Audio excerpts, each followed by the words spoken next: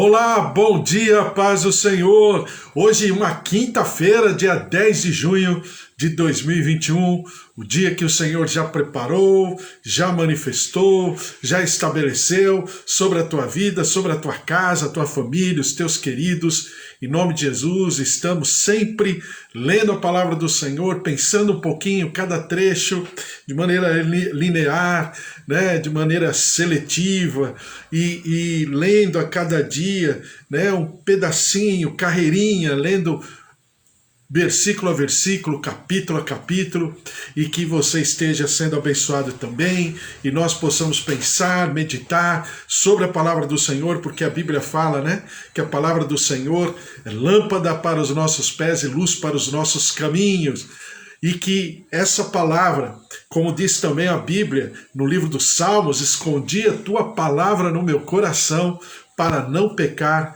contra ti. Então vamos continuar lendo, pensando, meditando, e depois a gente ora pela nossa casa, pela nossa família, pelos nossos queridos e também pelo nosso país, né? Estamos vivendo um tempo muito difícil no Brasil, de uma é uma confusão, porque é uma guerra de narrativas, e a impressão que dá, assim, para nós que estamos do lado de fora, né, e do lado de dentro ao mesmo tempo, a impressão que dá é que talvez, em algum momento, em alguma situação, a assistência de saúde, né, aquilo que poderia ser feito ainda não foi feito, ou talvez não tenha sido feito na sua plenitude, mas só que quem sofre é o povo, né? Tem um ditado muito antigo que diz assim, mais ou menos isso, né? Quando a maré ou o mar está de ressaca, a maré está batendo, está violenta, batendo na rocha, né? Quem sofre é o marisco. Isso é um ditado de antigamente. Por quê? Porque a maré é a maré, a rocha é a rocha, o marisco fica ali no meio. Então o povo, em via de regra, e é o que acontecia também na época de Jesus, o povo, em via de regra, ele sem querer, às vezes sem até saber direito o que está acontecendo, ele sofre todas essas intempéries, né? Todas essas alterações de humor dentro de um país como o nosso, um país democrático, que é republicano, que tem os seus poderes, né, executivo, legislativo, judiciário, e vamos dizer assim, na sua liberdade, na sua maneira de ser, de se expressar, mas um fica conflitando com o outro. E ao mesmo tempo, nós temos toda uma relação do Estado com o cidadão brasileiro muito aquém daquilo que é a necessidade do cidadão brasileiro, né? Então nós temos que orar e colocar tudo isso diante do Senhor, porque com certeza na época do Senhor Jesus não era diferente, era até de uma certa maneira pior do que hoje, porque havia um imperialismo, havia o tacão do Império Romano, e Jesus, em meio a tudo isso ainda, ele estava instaurando, estava estabelecendo o reino dos céus a partir e através da sua vida e do seu ministério. Bom, Mateus capítulo, a gente está lendo Mateus, livro de Mateus, estamos no capítulo 23, falando sobre aquilo que está acontecendo nos últimos dias do ministério de Jesus, na última semana. Estamos já no capítulo 23, começando essa última semana no capítulo 21, na entrada de Jesus em Jerusalém, e havia um conflito muito grande entre Jesus e a religião, que é exatamente uma atmosfera que até os dias de hoje permanece. Por quê?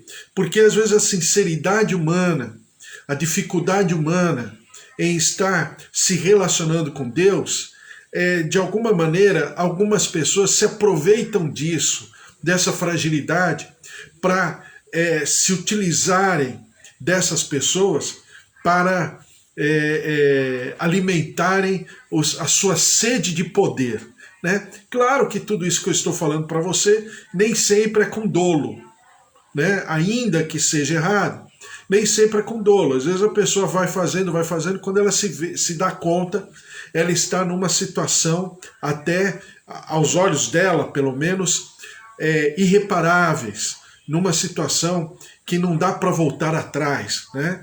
E é exatamente o que acontece com a religião.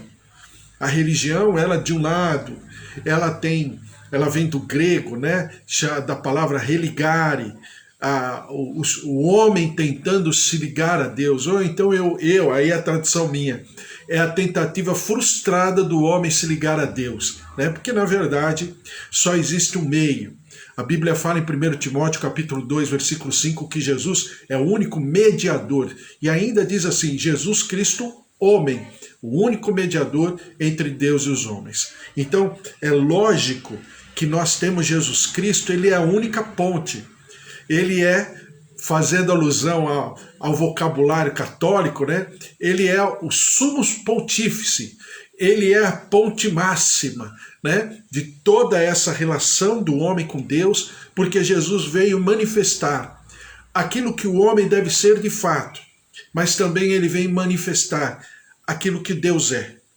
Então, Jesus, ele converge não apenas a perfeição do gênero humano, mas também a manifestação do Deus Trino. Por quê? Porque Jesus se manifesta como segunda pessoa da Trindade? Não. Não obstante ele saber que era a segunda pessoa da Trindade, não obstante saber que ele tinha toda uma consistência divina, ele esvaziou-se de si, como diz lá no grego, né, kenosis, esvaziar-se a plenitude. Ele esvaziou-se de si, para que ele pudesse se tornar servo, homem, tão limitado e tão sujeito às mesmas paixões como nós todos. Só que ele venceu e não pecou, não transgrediu, mas obedeceu na plenitude, na eficácia do Deus Trino, todas as coisas. Então é dentro dessa linha que nós vamos passear por Mateus capítulo 23. Porque Mateus capítulo 23, o Senhor Jesus está falando pela última vez com os religiosos da época. E Mateus capítulo 23 fala dos 8 ais, né? Dos chamados 8 ais do que Jesus fala com os escribas e fariseus. Por que escribas e fariseus? A impressão que dá nos evangelhos é que ele pega mais no pé dos escribas e fariseus. Por quê? Porque primeiro ele conhecia bem esse ambiente, né, esse lado do judaísmo. Até porque ele era uma pessoa que falava na sinagoga, que ele tinha, vamos chamar assim, uma cadeira na sinagoga, era um mestre, tratado como mestre, reconhecido como mestre, haja visto tudo aquilo que Jairo, Nicodemos, José de Arimateia e outros falam a respeito disso, né? E o chamam de mestre. E eles eram mestres. E eles eram chefe da sinagoga. Nicodemos, por exemplo, era o ancião de todos os fariseus. Nicodemos tinha uma proeminência rabínica muito forte na época. E Nicodemos reconhece, tanto é que ele procura a Jesus, está lá em João capítulo 3, toda a história de Nicodemos com Jesus Cristo. Então você tem esse ambiente desfavorável aos olhos humanos, completamente hostil aos olhos espirituais, mas que Jesus precisava pontuar, destacar e alertar, exortar. É como eu sempre falo, todos os religiosos eram dolosos, queriam matar Jesus? Não. Com certeza não. Assim como é nos nossos dias. Então, quando a gente fala sobre isso, creio eu, pelo menos eu creio assim, tá? Eu ajo assim. Eu tenho que ter muita delicadeza para falar, muito respeito, porque muitos desses estão nesse caminho, porque conheceram esse caminho e estão sinceramente, ou seja, sem dolo, não que ele não tenha, fazendo alusão, né, a pauta criminal do Brasil, dolo, crime doloso e crime culposo. Então eles estão cometendo, claro, um pecado, mas é culposo. Alguém não alertou, alguém não foi instrumento de Deus para abrir os olhos deles. Esse é um lado, esse é um grupo. E um outro grupo é daqueles que têm a consciência, mas eles optam por viverem exatamente essa hipocrisia, essa simulação, né? Como a pastora Mara sempre diz, esse tipo, né? Como se estivesse fazendo uma... como se fosse, como aqui mesmo fala, hipocrisia, né? Hipocrisia vem do grego, né? Sobre a pessoa que encena, sobre o ator, a atriz. E essas pessoas são atrizes e atores, né? Que desempenham um papel, mas que na essência não são aquilo. E Jesus, ele coloca isso muito bem, porque aquilo que eu sempre falo, um servo de Deus, no nível de ser servo de Deus, de filho de Deus de fato, o que acontece? A sua presença, ela já vai alterar. Assim foi com Mordecai, assim foi com, sei lá, Noé, assim foi com Daniel, Sadraque, Mesaque e Abidnego, assim foi com Neemias, assim foi com Esdras, assim que foi com Esther. A presença dessas pessoas atrai o juízo de Deus, sabia? A presença dessas pessoas atrai juízo. E se atrai juízo, por que atrai o juízo? Porque, na verdade, atraiu a justiça. Só que a justiça, ela por si só, não estabelece o equilíbrio. Mas tem que vir a justiça e o juízo, que é exatamente o perfil, a identidade de Jesus.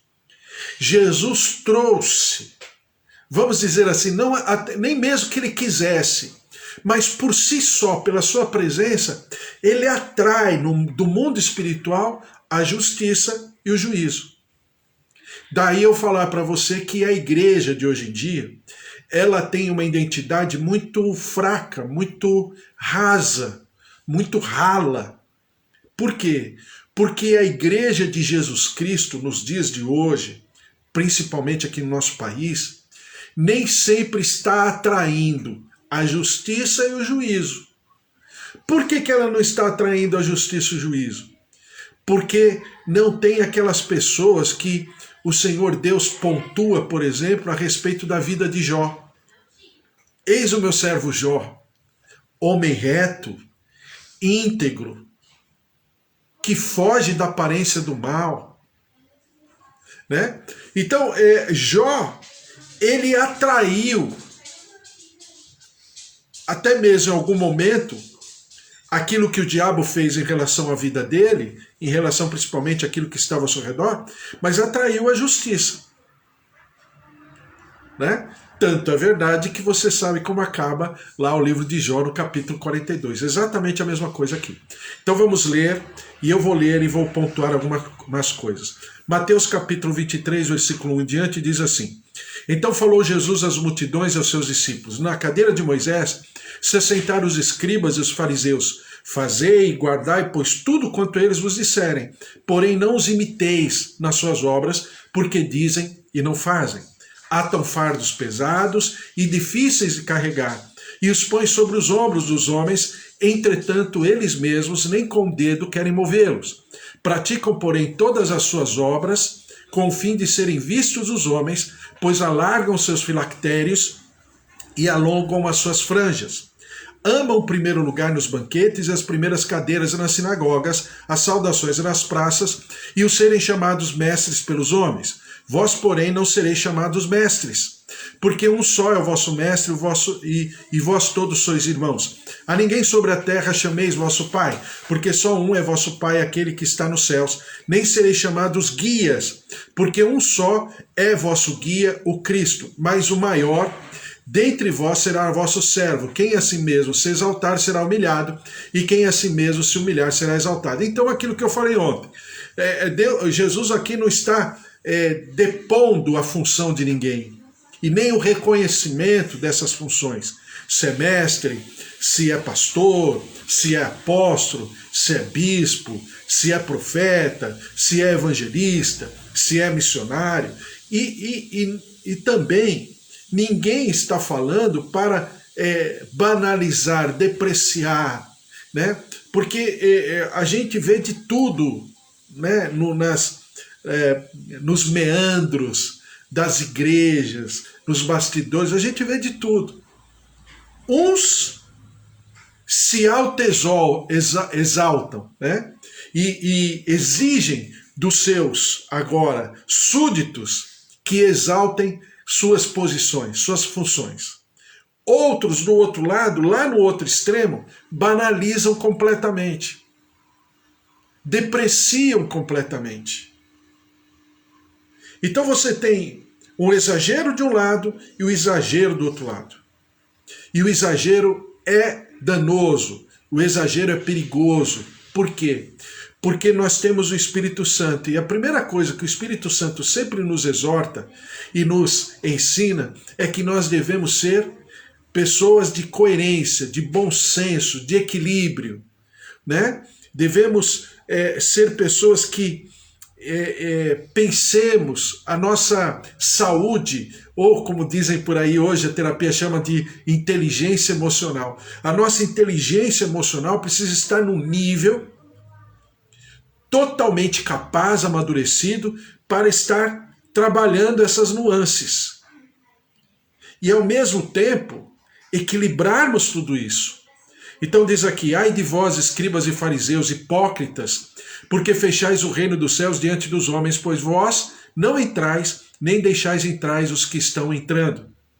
Ou seja, a religião ela é tão forte que é exatamente o que aconteceu com Jesus, e Jesus alerta que aconteceu no passado com os próprios profetas. Por quê? E muitas das vezes, os profetas, como Jesus está fazendo aqui, está exortando, está alertando, está chamando a atenção. E as pessoas não estavam preocupadas, ou melhor dizendo, elas estavam fechadas com a sua teologia. Elas estavam fechadas com os seus paradigmas, os seus modelos. E esses modelos estavam, na verdade, afugentando a manifestação do reino dos céus e, principalmente, afugentando uma capacidade humana que nós temos que ter, que é a capacidade do arrependimento. Lembre-se, Deus não se importa com o tamanho do meu pecado, mas Ele se importa com o tamanho do meu arrependimento.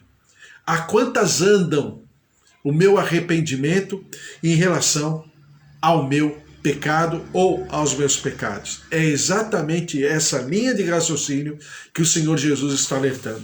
Ai de vós, escribas e fariseus, hipócritas, porque devorais as casas das viúvas, e para o justificar fazeis longas orações, por isso sofrereis juízo muito mais severo. Por quê?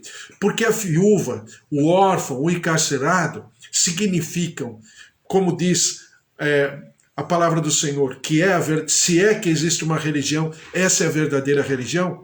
Por quê? Porque são pessoas necessitadas, como a pastora Mara sempre pontua, são como as ovelhas largadas no deserto, que estão tão fragilizadas, tão fracas, que qualquer pessoa vai se aproveitar.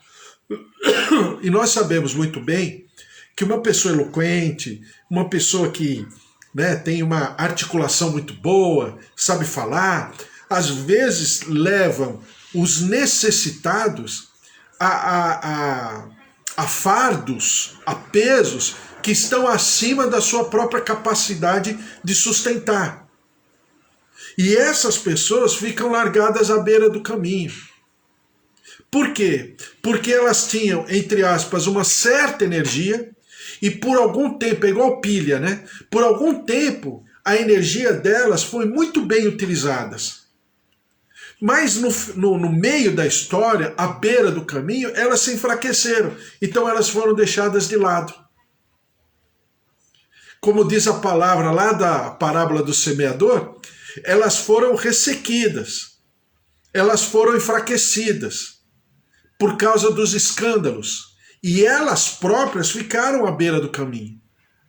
E esses, entre aspas, né, pastores, e aí o pastor eu não falo como função, mas eu falo simbolicamente na figura do pastor de ovelhas, e esses pastores deixaram as ovelhas, largaram as ovelhas. Lembram que eu sempre falo para você, tinha dois tipos de pastores naquela época.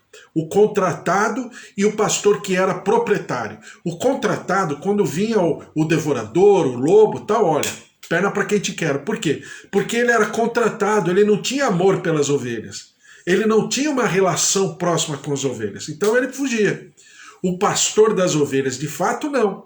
Pegava aquele cajado. Lembra que eu falei para você? O cajado tem três... o cajado daquela época tinha... E até nos dias de hoje, é como se fosse um cabo de guarda-chuva bem grande.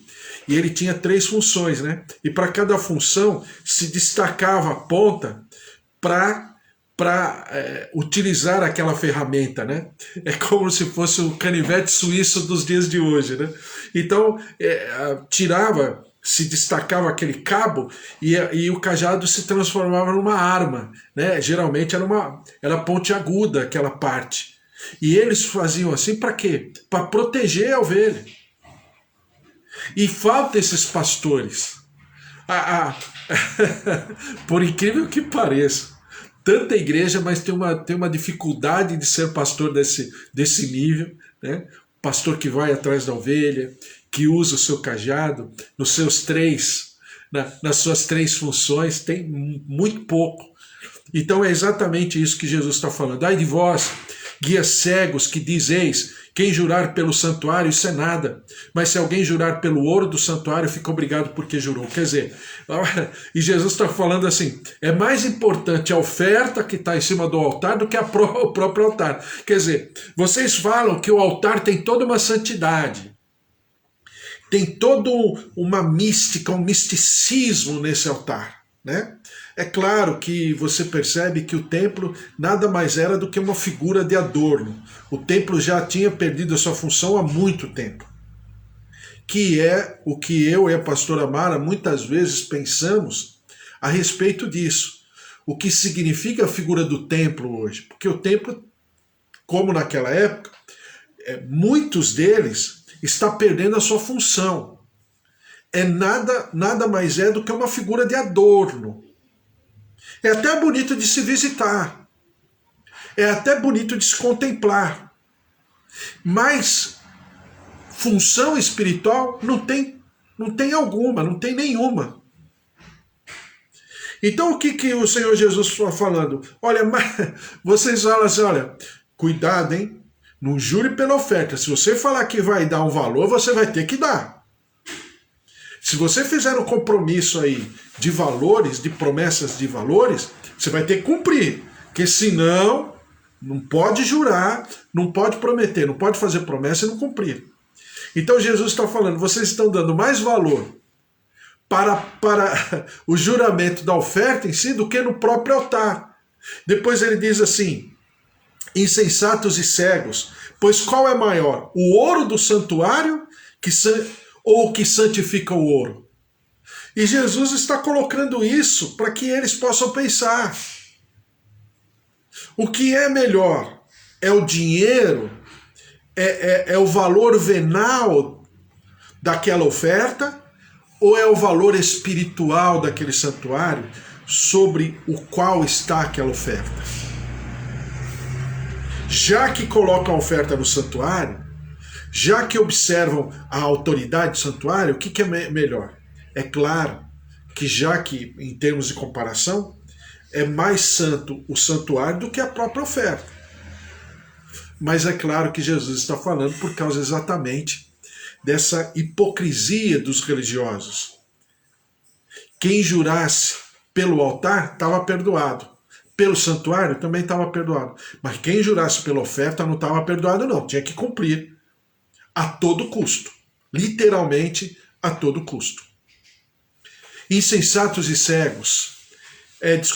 Versículo 18. E dizeis, quem jurar pelo altar, isso é nada. Quem, porém, jurar pela oferta que está sobre o altar, ficará obrigado pelo que jurou. Olha só. Cegos. Pois qual é maior, a oferta ou o altar que santifica a oferta?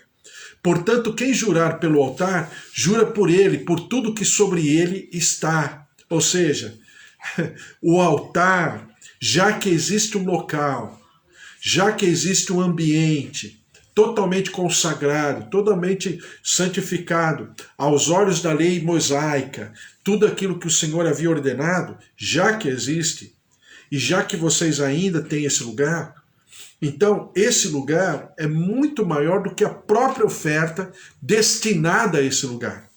E quem jurar pelo céu, jura pelo trono de Deus. Quem jurar pelo santuário, jura por ele e por aquele que nele habita. E quem jurar pelo céu, jura pelo trono de Deus e por aquele que no trono está sentado.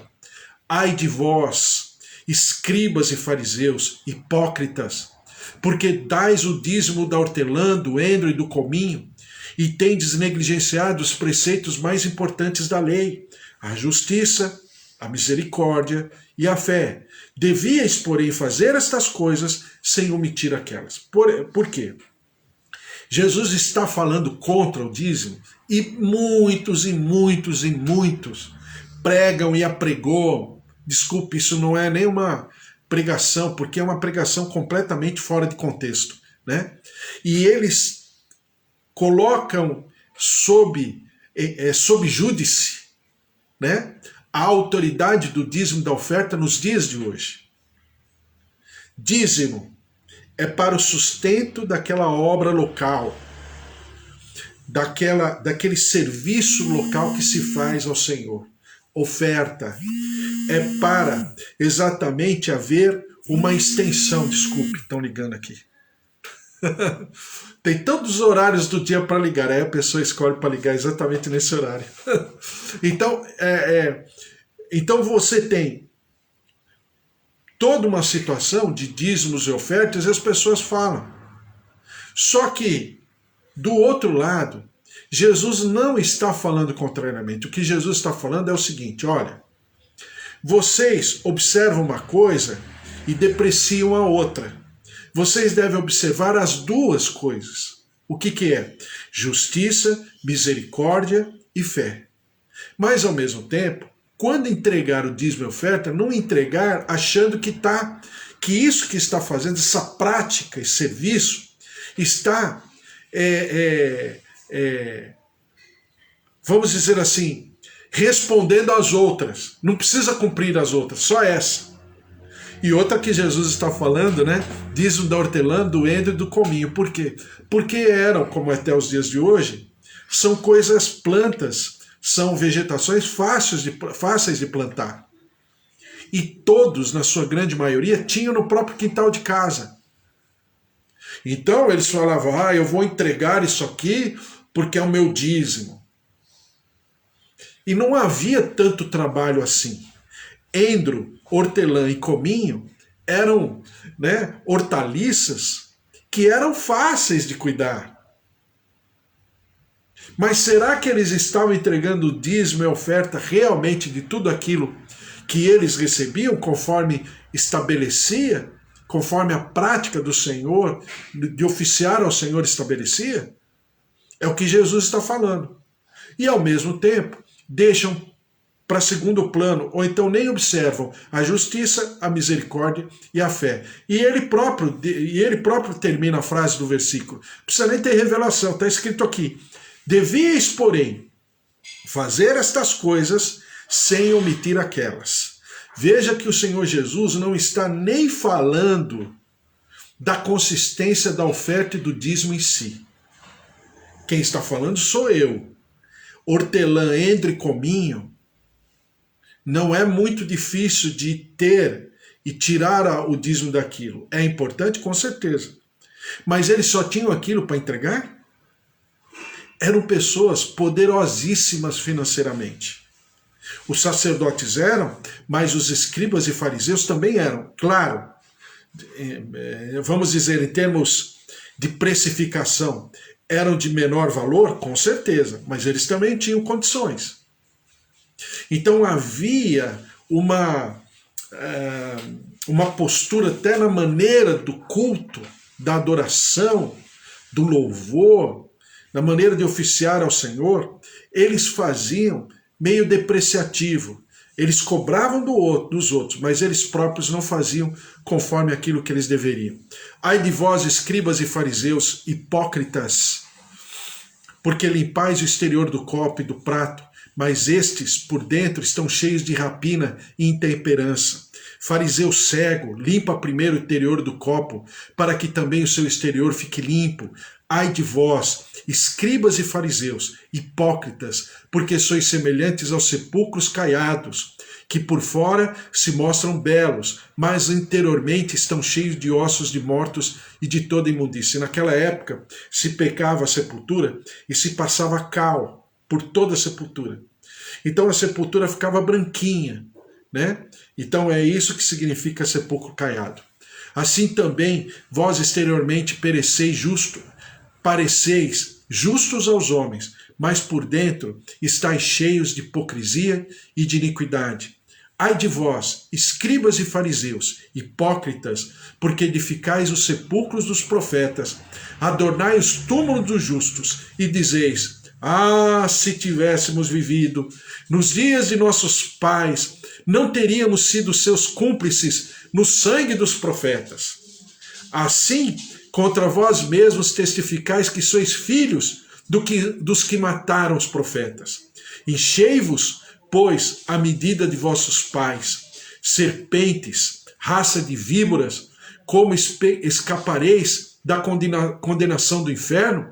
Por isso eis que eu vos envio profetas, sábios e escribas. A uns matareis e crucificareis, e outros açoitareis nas vossas sinagogas e perseguireis de cidade em cidade, para que sobre vós recaia todo o sangue justo derramado sobre a terra, desde o sangue do justo Abel até o sangue de Zacarias, filho de Baraquias, a quem matastes entre o santuário e o altar.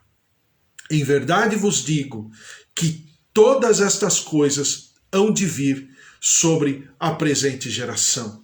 Jerusalém, Jerusalém, que matas os profetas e apedrejas os que te foram enviados, quantas vezes quis eu reunir os teus filhos, como a galinha junta os seus pintinhos, debaixo das asas, e vós não o quisestes. Eis que a vossa casa vos ficará deserta. Então, aqui começa, né, o Senhor Jesus já numa ministração completamente escatológica. A partir daqui e os próximos capítulos, o Senhor Jesus vai entrar nessa linha de raciocínio. A partir, através e por causa dos religiosos, porque proferiam coisas que não viviam e viviam coisas que não proferiam. E para terminar, e o que o Senhor, e por que o Senhor está sendo, através de Jesus, tão incisivo? Para que essas pessoas pudessem se arrepender. E ele próprio o próprio Senhor Jesus tece uma prática que vem desde a morte de Abel até a morte de Zacarias, o profeta Zacarias. Por quê? Porque os seus irmãos, os seus pares, aqueles que andavam juntos, eram os primeiros a rejeitarem, a depreciarem, a banalizarem e a prejudicarem aqueles que representam a voz profética. E nós temos que entender que todos nós precisamos nos examinar diante do Senhor, como Paulo fala a respeito da ceia. Se eu me examinar, de ninguém eu preciso ser examinado, não preciso. Veja só o que diz Isaías capítulo 38, eu já estou acabando que eu estou falando demais. Diz aqui: falando sobre a enfermidade de Ezequias, e Isaías falando aquilo que o Senhor havia determinado sobre a vida de Ezequias. Isaías 38, versículo 2, que diz assim: Então virou Ezequias o rosto para a parede e orou ao Senhor e disse: Lembra-te, Senhor, peço-te de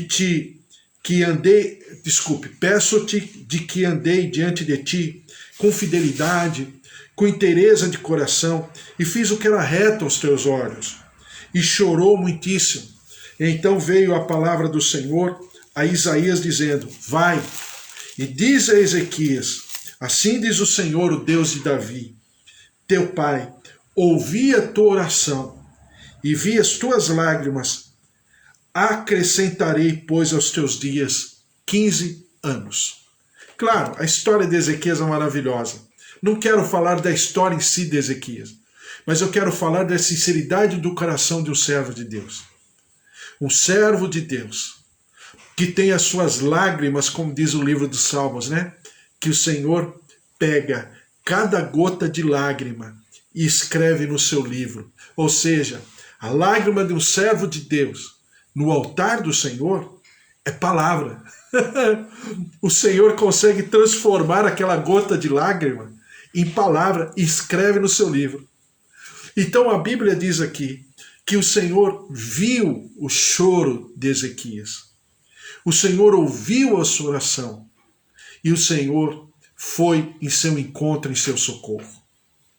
E nós, como servos de Deus, precisamos desesperadamente encontrar esse caminho, o caminho do arrependimento, um caminho que nos leva ao arrependimento, um caminho que nos leva à presença e à manifestação do Senhor, em nome de Jesus. Amém? Glória a Deus. Vamos orar, colocar tudo isso diante do Senhor, porque a Bíblia nos alerta e nos chama atenção para que possamos não apenas sermos servos de Deus para aqueles que estão ao nosso redor, mas também sermos servos de Deus para que possamos encontrar esse caminho. E esse caminho, ele tira toda e qualquer simulação, hipocrisia, todo e qualquer modelo, e a gente se despe, e a gente se apresenta diante do Senhor, totalmente humilhados, derramados diante do Senhor, para que o Senhor possa trabalhar a nossa vida, aquilo que somos, aquilo que temos, os nossos ministérios, o nosso chamado, né? Por quê? Porque, na verdade, tudo isso é o resultado de uma relação com Deus. Então Jesus não queria que aqueles religiosos permanecessem naquele momento, daquele jeito. E quando ele fala lá em Mateus 21, que a gente já passou por ele, sobre a figueira, Jesus não quer aparência. Aí você vai falar, mas no livro de Marcos está escrito que não era época de fruto na figueira. Você tem razão. Realmente no livro de Marcos está escrito assim. Então, aí alguém poderia falar, então Jesus foi cruel? Não. Por que Jesus não foi cruel? Porque havia um mover do reino dos céus. Jesus representa o mover do reino dos céus. Ainda que não fosse época, aquela figueira então não deveria ter folhagem. Porque a folhagem identificava para os de longe de que havia fruto. Porque primeiro veio o fruto, depois a folhagem. Quando ele chegou lá, viu a folhagem, mas não tinha fruto, alguma coisa está errada. Então o reino do céu se preocupa com os frutos de uma vida, de uma relação com Deus. Porque Jesus não se alimenta de folhas, Jesus se alimenta de frutos. E é exatamente isso que o reino tenta explicar, manifestar por sobre nós e através de nós. Em nome de Jesus. Vamos orar? Senhor, nosso Deus, nosso Pai, nós te louvamos mais uma vez pela tua palavra e por tudo aquilo que o Senhor tem feito e realizado. Todos que estão aqui, Roseli, Amanda, pastora Mara, Walter, Sueli Felintro, Elo, Wesley, familiares todos, Bispo Antônio, Fábio, Márcia, João, Roseli, Ângela, a presença, o poder, a plenitude do Senhor, Amanda, familiares, a glória, a presença, a plenitude do Senhor, meus pais, meus tios, minhas tias, filhos, netos, genros, noras, seu João, dona Dária, seu Toninho, dona Nadira, a presença, a plenitude do Senhor sobre cada um, se derramando, se movendo, a Eva, o Carlos, familiares, e nós estamos orando, pastora Mara, né, estamos orando pelo sobrinho, por aquilo que está acontecendo na pandemia, a presença, o poder de Deus, também a vida da Eva, nós estamos orando, e também pelo Luiz Fernando, que também está passando pela Covid, a glória, a presença, o poder de Deus se derramando, vem, ó Deus, sobre cada um deles, traz da tua glória, da tua unção, do teu mover de vida, de saúde, derrama-te sobre a Cristina, que vai passar por uma cirurgia dia 14, Senhor, em nome de Jesus, move-te dos céus, vem sobre nós, de maneira favorável, curando, visitando, renovando, ressuscitando, trazendo da tua interferência de vida, da tua interferência de saúde, da tua interferência de reconstrução, de ressurreição. Ó Deus, traz do teu mover, traz o teu poder, traz a tua glória. Nós repreendemos a infecção, nós repreendemos a inflamação, nós repreendemos a comorbidade, a fragilidade de organismo e declaramos o mover da vida, as águas curadoras do Senhor, tocando, visitando, renovando, ressuscitando. Ó Deus, traz a tua saúde e nós daremos sempre ao Senhor todo louvor, toda honra e toda glória. Derrama-te, ó Deus, vem com a tua graça. Ó Deus, toca no nosso Brasil, no nosso país, nossa nação brasileira. Ó Deus, em nome de Jesus, tem misericórdia, tem compaixão.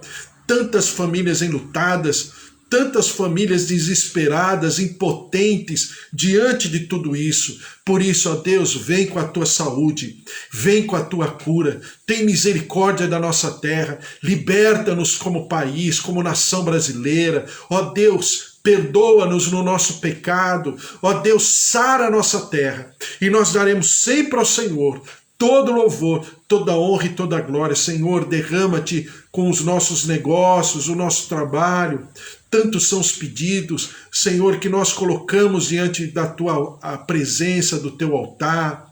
Um tempo de prosperidade, de sucesso, de conquistas, vitórias, realizações, a despeito do que estamos vivendo, porque em todo momento na tua palavra mostra que o Senhor abençoava, que o Senhor sublinhava, que o Senhor beneficiava os teus servos. Derrama-te sobre cada um deles, sobre cada um de nós, sobre cada uma das nossas famílias, para que nós encontremos também um caminho de prosperidade, de sucesso, de capacidade material, e nós daremos sempre ao Senhor todo louvor, toda honra e toda glória. Nós encontramos, ó Deus, no Senhor guarida, proteção, suprimento, prosperidade. Por isso derrama-te cada dia mais e nós encontremos esse caminho de arrependimento, esse caminho que nos leva ao bom senso, ao discernimento, à sabedoria a respeito das nossas próprias vidas, e nós possamos ser instrumentos de paz, de juízo e de justiça por onde estivermos, e o Senhor nos dê completa e plena vida e vida em abundância, e nós daremos sempre ao Senhor todo louvor, toda honra e toda glória, em nome de Jesus. Amém. Amém? Glória a Deus, que o amor do Deus Pai Todo-Poderoso que fez o céu e a terra, e a vida vitoriosa em Jesus Cristo, e as consolações do Espírito Santo da promessa estejam sobre a tua vida, a tua casa, a tua família, os teus queridos, e por onde você for, o Senhor te dê dupla honra, alegria do Senhor, seja a tua força, porque se Deus é por nós, quem será contra nós? Se o Senhor é o nosso pastor, de nada nós teremos falta. Um beijo para você, uma quinta-feira maravilhosa, especial, inesquecível, e nós voltamos amanhã às 10 horas da manhã. Um beijo para você, fica na paz, tchau, tchau.